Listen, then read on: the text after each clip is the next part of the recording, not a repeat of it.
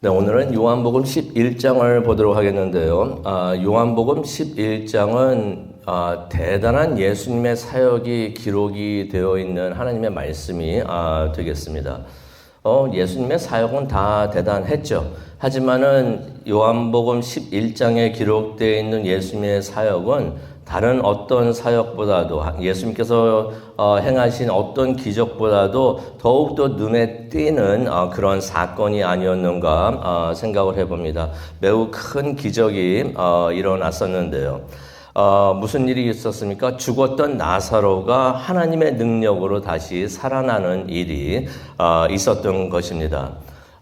다시 살아났다고 하니까 부활이라고 생각할 수도 있지만은 부활은 절대로 아닙니다. 왜 부활이 아니냐면은 이후에 다시 나사로가 나이가 들어가지고 죽었기 때문에 부활한 사람은 죽지 않기 때문에 그래서 이것은 부활은 아닙니다. 그래서 부활의 첫 열매는 누구라고 그러죠? 예수 그리스도라고 그러죠. 예수님께서는 그때 2000년 전에 죽으셨다 살아나셔가지고 지금도 살아계시기 때문에 그래서 부활의 첫 열매는 예수 그리스도라고 합니다. 그래서 우리도 예수님을 믿고 있으면은 예수님께서 재림하실 때 우리도 부활이 되어서 영원토록 죽지 않고 살게 되는 줄로 믿습니다. 그렇다면 요한복음 11장의 사건은 나사로가 부활한 것이 아니라 나사로가 소생한 것이라고 우리가 그렇게 말을 하고 있습니다. 그 사건의 자초지종은 이러하죠. 나사로 가족이 있는데요. 그 가족이 유명합니다. 나사로의 여동생들이 있었는데 마르다하고 마리아가 있죠. 이 사람들은 예수님에게는 참으로 특별했던 사람들입니다. 그래서 예수님께서 사역을 하시다가 쉬고 싶으실 때 예수님도 쉬고 싶으실 때가 있으셨고 그래서 쉬셨던 것을 보는데 우리가 어떻게 쉬셨던 것을 보게 되는가. 어디에 가셨다고 하는데 행적이 기록이 되어 있지 않으세요. 특별히 베다니에 가가지고 많이 그러셨는데 그것을 보고서 이제 어떻게 우리가 추측을 할 수가 있냐면은 베다니 여기 마르다하고 마리아 나사로가 있는 그 마을이 되는데 거기에 가셔서 그냥 쉬셨구나 하는 것을 우리가 볼 수가 있습니다. 그렇게 생각을 할 수가 있습니다. 예수님께서 그럴 때마다 쉬고 싶으실 때마다 그 집을 찾았다 하는 것은 예수님에게는 그 집이 가족 같았고 또 쉬시기에 편한 장소였다는 것을 그런 사람들이었다는 것을 우리가 생각을 할 수가 있습니다. 그렇게 예수님에게는 가까웠고 특별했던 가족이었는데 나사로가 병이 들어가지고 죽어가고 있었다는 소식을 예수님께서 듣습니다. 그랬더니 예수님께서 요한복음 11장 4절에 이런 말씀을 하십니다. 이 병은 죽을 병이 아니고 하나님의 영광을 위하는 것이다 라고 말씀을 하십니다. 죽을 병이 아니라는 것입니다. 죽지 않는다는 것입니다. 이것은 하나님의 영광을 위해서 일어나는 일이다 라고 말씀을 하시는데 사람들이 제자들도 이 말씀을 다 듣습니다. 그런데 기억하는 사람들이 하나도 없어요. 마음이 새기지 않았다는 얘기죠. 그래서 나중에 나사로가 죽었다고 하니까 예수님께서 이전에 죽지 않는다고 하셨는데 그 말씀을 완전히 잊어버리고 전부 다 예수님을 원망하는 것을 우리가 보게 됩니다. 그래서 사람들이 이제 나사로가 죽게 되자 슬퍼하면서 예수님을 원망을 하는데 어떻게 원망을 합니까? 예수님께서 늦게 오셔가지고 나사로가 죽게 되었다고 원망을 하는 것입니다. 우리도 그럴 때가 많이 있죠. 무슨 일을 위해서 기도도 하고 막 그랬는데 그 일이 좀 안 된다 싶으면은 하나님을 원망합니다. 하나님께서 안 도와주셔가지고 이런 일이 있지 않습니까? 라고서 하나님을 원망하는 일이 있습니다. 하나님께서 늦게 오셔가지고 나사로가 죽었습니다. 라고 말을 하는데 하나님은 우리를 도우시는데 절대로 늦지 않는다는 것. He's always on time. 늦지 않다는 것을 우리가 반드시 기억하기를 원합니다. 오늘 말씀을 통해서도 우리가 그것을 보게 되는데 마리아하고 마르다도 그랬고 마리아까지도 예수님을 원망을 하는데 뭐라고 원망을 합니까? 왜 늦게 오셨습니까? 왜 늦게 오셨습니까? 일찍 오셨으면 죽지 않았을 텐데 왜 늦게 오셨습니까? 라고서 원망을 하면서 무척이나 슬프게 웁니다. 그래서 예수님께서도 35절에 보면은 원본에 있는 말씀은 한 단어가 나와요. 딱 한 단어입니다. 성경에 나오는 말씀 중에서 가장 짧은 그 절이 되겠는데 예수님께서 우셨다라는 말씀이 나옵니다. 그들이 슬피 우는 것을 보시고 예수님께서도 우셨다는 것입니다. 그런데 예수님께서 39절을 보니까 무덤으로 가셔가지고 돌을 옮겨 놓아라라고 말씀을 하십니다. 당시에 그 무덤은 근데 그 성지순례를 하니까 모든 무덤이 그랬던 것은 아니에요. 그 예루살렘을 바라보고 있는 그 언덕이 있는데 그 언덕에는 특별한 사람들만 묻혀 있다고 합니다. 랍비 같은 사람들, 그런 사람들이 묻혀 있는데 그 사람들은 어떻게 거기 땅에 묻혀 있는 것이에요. 나사로 같은 경우는 무덤이 성경에서도 나오죠. 특별하니까 이게 동굴이었다라고 말을 하고 있는데 나사로는 동굴에 들어가가지고 그 물을 예수님도 그런 무덤에 들어가셨잖아요. 그래가지고 돌을 해놨는데 어떤 지역에서는 예루살렘 예루살렘 바라보는 그 언덕 있는 데서는 그 무덤이 땅에 묻히는 그런 무덤입니다. 근데 거기 특별한 사람들, 종교인들 또 랍비 같은 사람들 거기 묻혀 있다고 하는데 그 사람들 어떻게 묻혀 있냐면은 서서 묻혀 있다고 합니다. 누운 채로 관을 두는 게 아니라 세워가지고 그래서 그 사람들이 전부 다 예루살렘을 바라볼 수 있도록 예루살렘에 앞으로 이제 메시아가 오는데 그 메시아가 올 때 그것을 바라볼 수 있도록 다들 서서 있다고 합니다. 안타까운 것은 2000년 전에 메시아가 오셨는데 아직까지도 메시아를 바라보면서 그렇게 있다는 것을 보게 됐었는데 그래서 그 돌을 동굴 같은 데 묻혀 있었기 때문에 그 돌을 옮겨 놓아라라고 말을 하셨던 것입니다. 그랬는데 사람들이 그런 말을 합니다. 벌써 4일이나 됐습니다. 죽은 지 4일이나 됐습니다. 냄새가 날 것입니다. 냄새가 났다고는 말을 하지 않고요. 그러면 썩기 시작을 했다는 거잖아요. 근데 원문에 보면은 냄새가 날 것입니다. 4일이나 됐기 때문에 냄새가 날 것입니다. 돌을 옮기면 안 됩니다라고 말을 합니다. 그러자 예수님께서 40절에 그런 말씀하시죠. 네가 믿으면은 네가 하나님의 영광을 볼 것이다 했던 말을 기억하지 못하느냐라고 예수님께서 말씀을 하십니다. 우리가 믿으면 하나님의 능력을 볼 수 있게 되는 줄로 믿습니다. 네가 믿으면은 네가 하나님의 영광을 볼 것이다 하지 않았느냐라고 말씀을 하십니다. 그러면서 예수님께서 감사 기도를 드리십니다.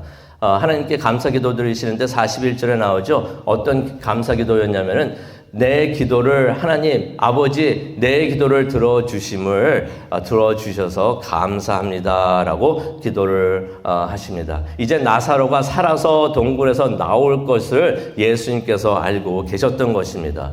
그러면서 42절에 그런 기도를 하죠. 이 사람들도 나를 믿게 하여 주시옵소서라고서 기도합니다. 이 기도가 우리의 기도가 되기를 원합니다. 주일 때도 또 새벽 예배에도 우리가 나와서 기도하고 그러는데 나만 이렇게 믿고서 천국에 가는 것이 아니라 내 주변에 있는 사람들, 그 사람들의 이름을 하나님께 올려드리면서 이들도 믿게 하여 주시옵소서라고 기도하는 우리 모두가 되기를 원합니다. 예수님께서도 그것을 위해서 기도를 하셨던 것이에요.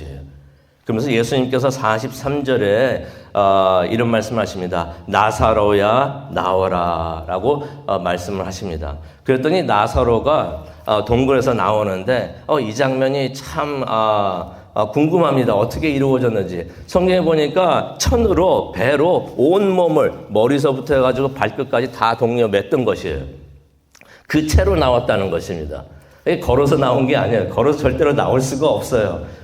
이 장면이 생각나는 장면이 있기는 하는데 성령님께서 그렇게 이 나사로를 나오게 하지 않으셨는가 생각이 듭니다. 그러면서 이제 걸어 다닐 수 있도록 묶였던 배를 풀어주라고 예수님께서 말씀을 하시는데 어떤 학자는 이래요. 이때 예수님께서 나사로야 나와라 라고 하셨기 때문에 나사로만 동굴에서 나왔는데 만약에 예수님께서는 그런 능력이 있으시잖아요. 죽은 사람들도 다 살리시는 능력이 있으신데 만약에 예수님께서 나사로야 나와라 하지 않고 그냥 다 무덤에서 나와라 했으면 죽었던 사람 다 나왔을 거라고 그렇게 말하는 학자들도 있는데 예수님께서 그런 능력이 있으신 것을 우리가 다시 한번 이 이야기를 통해서 기억을 합니다. 그런데 이 요한복음 11장이 여기서 끝나지가 않습니다. 많은 경우 우리가 나사로가 살아서 나오는 것을 보면서 11장에 끝났는가 보다라고 생각을 하는데 그 뒤에 있었던 이야기를 나누려고 합니다. 예수님께서 나사로를 살리셨는데 이로 인해서 사람들이 갈라진다는 것이에요. 갈라졌다는 것입니다. 많은 사람들이 45절에 보니까 많은 사람들은 예수님께서 하신 일을 보고 예수님을 믿었다라는 말씀이 나옵니다. 그런데 어떤 사람들은 그 일을 보자마자 곧바로 바리새인들에게 가가지고 그것을 알립니다. 알렸다는 것은 일로 바쳤다는 거죠. 고자질을 했다는 것입니다. 참 안타까운 것이 같은 기적을 봤는데도 어떤 사람들은 예수님을 믿고 하나님을 믿게 되는 사람들이 있는가 하면은 어떤 사람들은 예수님을 죽이고자 하는 사람들에게 붙어가지고 그것을 이렇게 일러 바치는 일을 했다는 것입니다.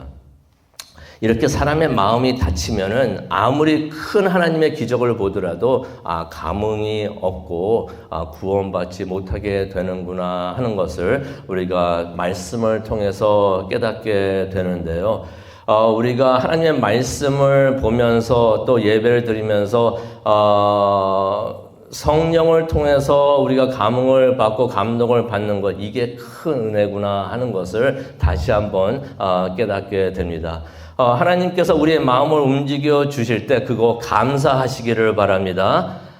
이 사람들 같이처럼 마음이 닫히면은 아무리 하나님께서 나사로를 죽음에서 살리셔도 이게 감흥이 전혀 없는 사람들이 있다는 것입니다. 그런데 이런 소식을 들은 대제사장들과 바리새인들이 급하게 미팅을 가집니다. 그런데 여기 나오는 대제사장은 사두개인들입니다. 사두개인들하고 바리새인들은 친하지가 않습니다. 미팅을 할 때도 서로 그냥 친한 척도 안 하고 대화를 하더라도 항상 싸우는 사람들이었는데 예수님을 죽이고자 하는 일에 모였을 때는 이 사람들이 연합을 해가지고 그렇게 함께 모여가지고 미팅을 했다는 것을 성경을 통해서 보게 됩니다. 안건은 뭐였습니까? 미팅을 하니까 안건이 있어야겠죠? 안건이 뭐였습니까? 47절에 나옵니다. 이 예수가 많은 표적을 행하고 있으니 이제 우리가 어떻게 하면 좋겠는가? 이것이 안건이었던 것입니다. 그런데 생각을 해봅니다. 예수님께서 기적을 행하시는데 죽은 자도 살리시며 그렇게 놀라운 하나님의 능력을 보여주시는데 사람들이 왜 그것을 걱정해야 하는가? 이유가 나오죠. 48절에 그렇게 나옵니다. 이 사람들이 의논을 하면서 이런 걱정을 합니다. 이대로 두면은 모든 사람들이 다 예수라는 사람을 믿게 될 것인데 그렇다면 로마 사람들이 우리가 반란을 꾸미고 있다고 오해하면서 우리의 땅과 민족을 빼앗아 갈 것이다 라고 걱정을 하면서 그렇게 말을 했다는 것입니다. 얼핏 들으면은 나라와 민족을 누구보다도 사랑하고 아끼는 사람들 같이 하는 것처럼 들리지만은 이 사람들 자기 밥그릇 걱정하고 있었던 것이에요. 자기 밥그릇 빼앗길까봐. 많은 사람들이 예수를 쫓아가게 되면 자신들은 사람들이 안 남아 있어가지고 자기 밥그릇 빼앗길까봐 말을 하는데 그들 모여가지고 얘기할 때는 나라와 민족을 위해서 그렇게 말을 하고 걱정을 했다는 것을 성경에서 기록하고 있습니다. 그런데 그때 대제사장 가야바라는 사람이 나오는데요. 49절에 이런 말을 합니다. 너희들은 아무것도 모르고 있구나라고 말을 하면서 한 사람이 백성을 위해서 죽어서 민족 전체가 망하지 않는다면은 이것이 우리에게 유익한 줄을 너희는 깨닫지 못하는가라고 말을 합니다. 50절에 나오는 말인데요. 한 사람이 죽어서 온 민족을 구한다면은 이거 우리에게 좋은 일이 아닌가. 무슨 말을 하고 있는 것입니까? 이 대제사장이라는 사람이 말을 하고 있는 것입니다. 예수라는 사람을 죽이자는 거죠. 한 명을 죽여가지고 우리 모두가 살아나자라고서 그렇게 말을 하는 것입니다. 아마 이때 가야바는 그런 생각을 했을 것입니다. 나는 놈이다 라고 생각을 했을 것 같아요. 내가 머리가 참 좋은데 내 계획대로 하면은 예수란 자도 죽이고, 눈에 가시 같았는데 예수란 자도 죽이고 우리 모두가 살 수 있다라고서 아마 자랑스럽게 그런 말을 했을 것이다 라고 생각을 해 봅니다. 그런데 여기서 우리가 하나님의 위대하심을 보게 되는데요. 가야바라는 사람이 뜨는 놈이 있으면 나는 놈인데 내가 나는 놈이다 라고 해서 가야바가 그렇게 생각을 하면서 말을 하고 있는데 그 위에 하나님이 계신 것을 우리가 보게 됩니다. 가야바가 했던 그 말, 솔직히 하나님께서 오래전부터 구약 시대부터 이미 예언을 통해 선지자를 통해 우리에게 해 주신 말씀인 줄로 믿습니다. 한 사람이 희생이 되는데 그 사람 예수 그리스도께서 십자가에서 죽으심으로써 온 세상 사람들이 그를 통하여 죄로부터 사망의 권세로부터 구원을 받게 될 것이다라고 메시아가 그런 거를 할 것이라고 하나님께서 이미 선포를 하셨고 알리셨는데 하나님이 그 일을 이제 이루시게 된다는 것입니다. 가야바는 자신도 모르는 사이에 자신은 자신의 계획대로 해서 예수를 죽이면 우리 모두가 살 수 있다라고 생각을 하고 있는데 하나님께서도 그 일을 똑같이 하시면서 그들이 행하는 그 모든 일들을 통해서 하나님의 뜻을 이루시게 된다는 것을 우리가 성경을 통해서 보게 됩니다. 이 대제사장 가야바는요, 자신도 모르는 사이에 하나님께서 선포하시는 하나님의 계획을 자신의 입으로 말을 하고 있었던 것을 우리가 보게 됩니다. 하나님께서는 이렇게 위대하시구나. 세상 사람들이 자기 뜻대로 모든 것을 하고 있고 자기 지혜로 모든 것을 하고 있어서 내 뜻대로 되고 있구나라고 생각을 하고 있지만은 그 모든 것들이 하나님의 뜻대로 되고 있다는 것을 우리가 성경을 통해서 보게 됩니다.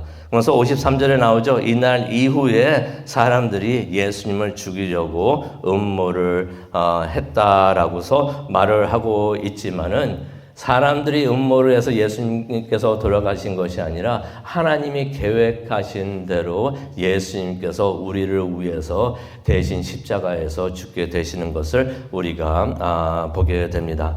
오늘 말씀을 생각하면서 기도하는 시간을 갖기를 원하는데요. 참 안타까운 일이 아닌가 생각이 됩니다. 죽었던 나사로가 다시 살아났던 일이 일어났던 것입니다. 얼마나 큰 기적이 아니었는가. 그런데 사람들은 그를 살리신 예수님을 죽이려고 하고 있었다는 것을 우리가 보게 됩니다.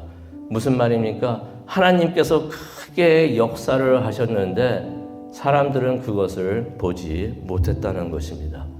우리는 우리 곁에서 일하시는 하나님을 보기를 원합니다. 하나님께서 역사하시는데 그런 역사하시는 하나님을 우리가 보기를 원합니다. 하나님의 능력을 보는 우리 모두가 되기를 원합니다. 그래서 하나님은 위대하십니다. 하나님은 이런 일을 하십니다. 라고서 하나님을 찬양하고 또 하나님을 높이고 그 하나님을 전할 수 있는 우리 모두가 되기를 원합니다. 이렇게 하나님의 역사하시는 것을 우리가 보게 될 때, 우리가 그것을 매일 보게 될 때 우리의 믿음이 흔들리지 않고 끝까지 매일매일 승리하는 우리가 되게 되는 줄로 믿습니다.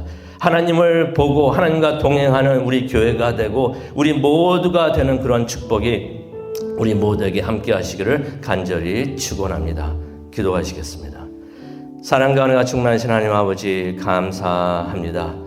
살아계셔서 지금도 역사하시는 하나님을 볼 수 있는 우리 모두가 되게 하여 주시옵소서. 그러한 하나님을 전할 수 있고 믿고 따르는 우리 모두가 될 수 있도록 하나님 인도하여 주시옵소서. 감사합니다. 예수님의 이름으로 기도합니다. 아멘.